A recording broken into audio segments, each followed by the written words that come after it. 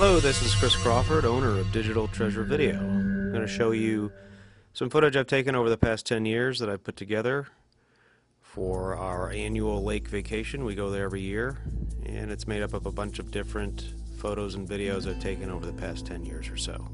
So some of the footage looks a little better than others depending on what kind of camera I was using at the time. This is a good example of zooming. Zoom out from things. I will zoom in on the subject, press record, then pull back. And I love catching the sun blinking off the water. You'll see a lot of that. A lot of reflections, a lot of blinking of the sun. I like to do that. I just think it makes the video look more interesting.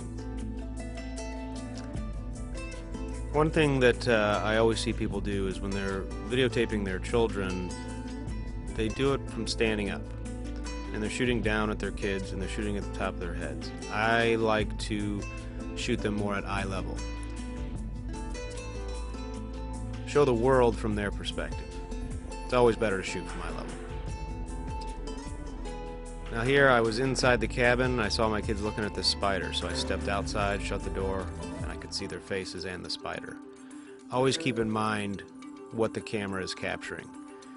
It doesn't always see what you're seeing. You always want to be very conscious of what your final image is going to look like, because that's all you're going to see whenever you watch it later on TV. You're not going to see everything that you were seeing when you were there. You're only going to see what the camera saw, so you need to be conscious of that. Water is very smooth here, so I can get away with shooting while driving. Probably not the smartest thing, but...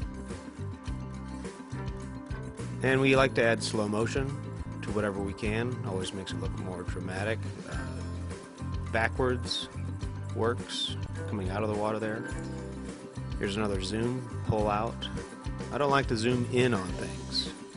It's hard to keep the camera steady. And I like to reveal things when I zoom out, so that makes it more interesting for the viewer. These are the still photos. We can pan, we can zoom in on the photos, add effects between pictures. Here I just told my kids to run into the water because I knew they would laugh, I knew the water would splash, and I also knew that in slow motion it would look great. It takes a little bit of forward thinking. When you're shooting, you kind of are shooting something and you think to yourself, hey, if I edit it together this way, it'll look great. Close-ups of children's faces, especially when they're young. Excellent. Here we are, another zooming out, but this is a photograph, obviously. You always want to be keeping the viewer interested. Like you're going to show them something with this pan or with this zoom. The zoom or pan is going to reveal something that they weren't aware was there.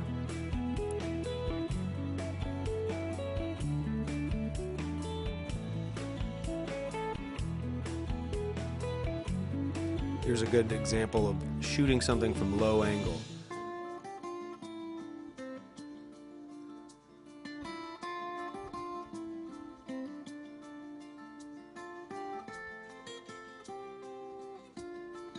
Even though this was shot 10 years ago on an old 8mm camera, changed it to widescreen, changed that format, slowed it down, still looks pretty cool.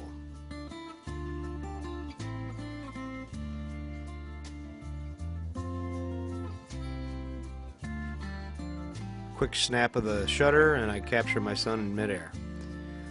Now, sunsets, they look great. I love shooting sunsets, water. Just make sure you have your camera set on some sort of sunset function and use your flash if you have a subject in front of you. Otherwise your subject's going to be all dark. Depending on what kind of camera you have, you can make these adjustments. They're pretty simple and you can usually find them in the menu.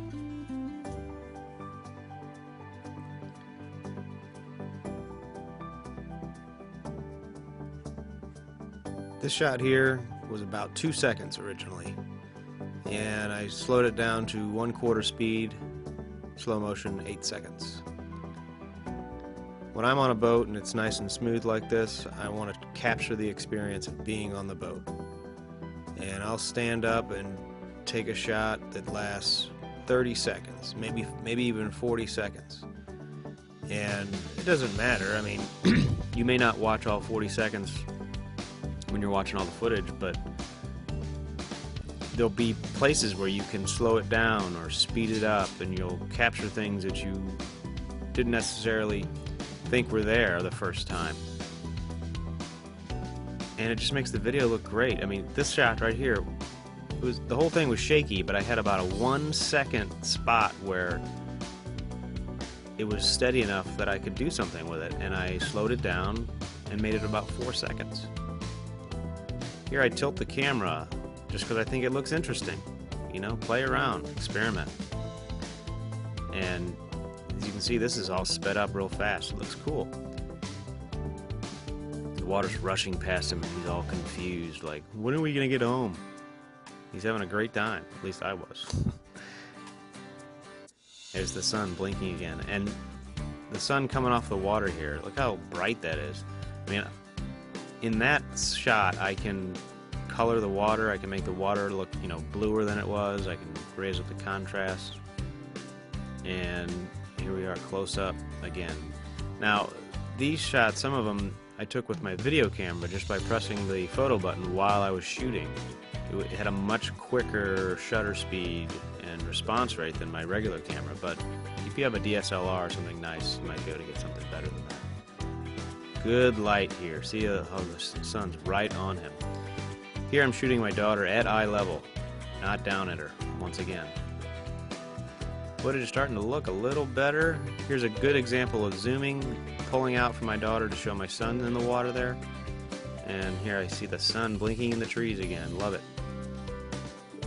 If I didn't do this, I would never be on my own videos. So sometimes I like to point it at me.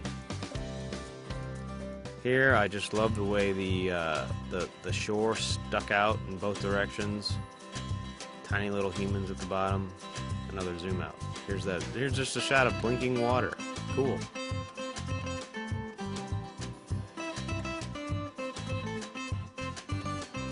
You can see here the camera is like down low, so it kind of captures what my son's looking at. You know, I'm not standing above him, I'm kind of getting his perspective. Forward thinking. Here's a pan down from the sun to show my buddies in the boat with me.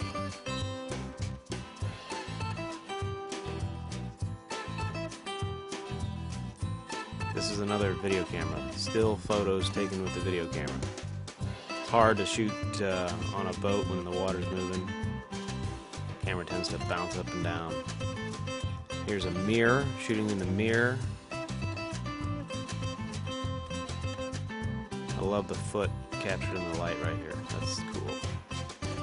And you can see this is black and white. I brought up the contrast to make it look more dramatic.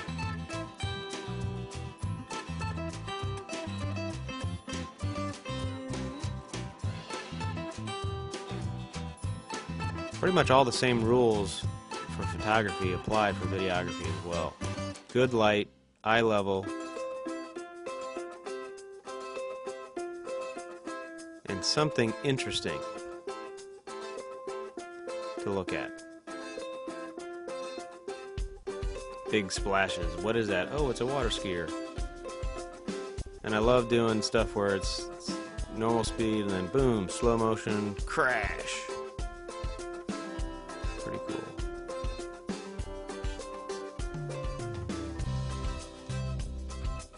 Now here's something shot at high angle, but this is something I tried out and thought it looked neat, so I took the opportunity.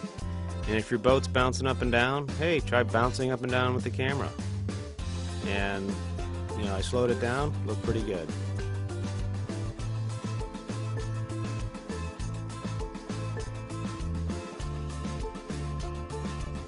You can get away with a lot of good stuff with slow motion. As I said before, a shot may only last 1 second, but if it's good, this one for example, slowed it down quite a bit. It was originally only 1 second.